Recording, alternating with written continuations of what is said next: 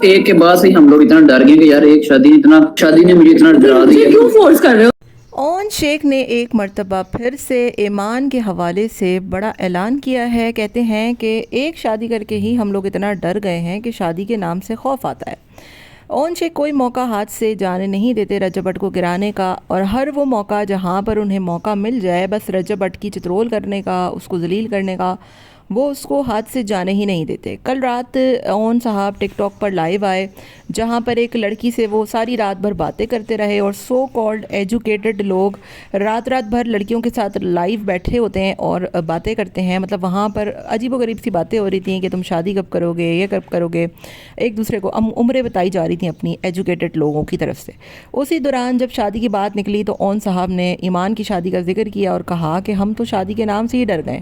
ہمارا ایک ایکسپیرینس اتنا برا رہا ہے کہ اب ہمیں دل ہی نہیں کرتا. مطلب آپ کیا بات کر رہے ہیں؟ صحیح ہے، ایک تو آپ کی بہن آلریڈی اتنی پریشان ہے، آپ کو پتہ ہے کہ اس کے ساتھ مسئلے چل رہے ہیں، بجائے اس چیز کو اگنور کرنے کے اور معاملے کو سلجھانے کے آپ بار بار یہی بات لے کر بیٹھ جاتے ہیں سوشل میڈیا پہ. مطلب آپ لوگوں کو کیا آپ لوگ چاہتے ہیں؟ میری تو سمجھ سے باہر ہے. اگر رجب بٹ اس رشتے کو آگے کنٹینیو کرنا چاہ رہا ہے، اس نے مزید نوٹس نہیں بھیجا، ایمان بھی اس رشتے کو کنٹینیو کرنا چاہ رہی، تو آپ نے کیوں اس طریقے کی بات کی؟ لائیو پہ آ کر آپ کہہ رہے ہیں کہ ہمارا ایکسپیرینس برا رہا، شادی کے نام سے اب ہمیں خوف آتا ہے، ڈر لگتا ہے. ٹھیک ہے، آپ کے ساتھ جو بھی ہوا ہوگا، لیکن ضروری تو نہیں ہے یہ ساری باتیں آپ آ کے ڈیلی سوشل میڈیا پہ کریں. کبھی آپ کی والدہ آ کے کوئی اسٹیٹس لگاتی ہیں، کبھی آپ آ کے کوئی بات کرتے ہیں.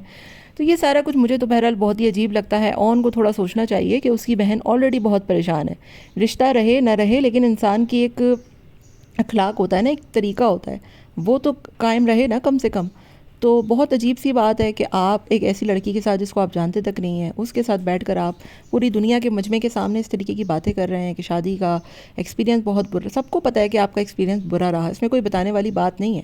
دعا کریں کہ وہ ساری معاملات سلجھ جائیں. بھی ہمیں تو نہیں پتہ، بہرحال ہم تک یہ بات تو نہیں آئی کہ ابھی تک طلاق ہوئی ہے نہیں ہوئی، لیکن ہو سکتا ہے کہ کل کو وہ ایک ساتھ بیٹھ جائیں، اور آپ پھر کس منہ سے یہ ساری چیزیں فیس کریں گے؟ تو سوچنا چاہیے اون کو بھی کہ اب مزید اس چیزوں کو نہ وہ بات کرے، ان چیزوں پر زیادہ بات نہ کرے، کیونکہ ان چیزوں پر بات کرنے سے کیا حاصل ہوگا آپ کو؟ آپ لوگوں کے سامنے کیا حاصل کر لیں گے یہ سب کرنے کے؟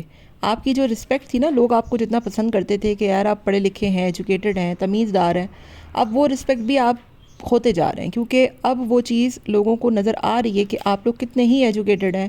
اور کیا فائدہ ایسی ایجوکیشن کا جب وہی سب کچھ کرنا ہے جو رجب بٹ بھی کر رہا ہے.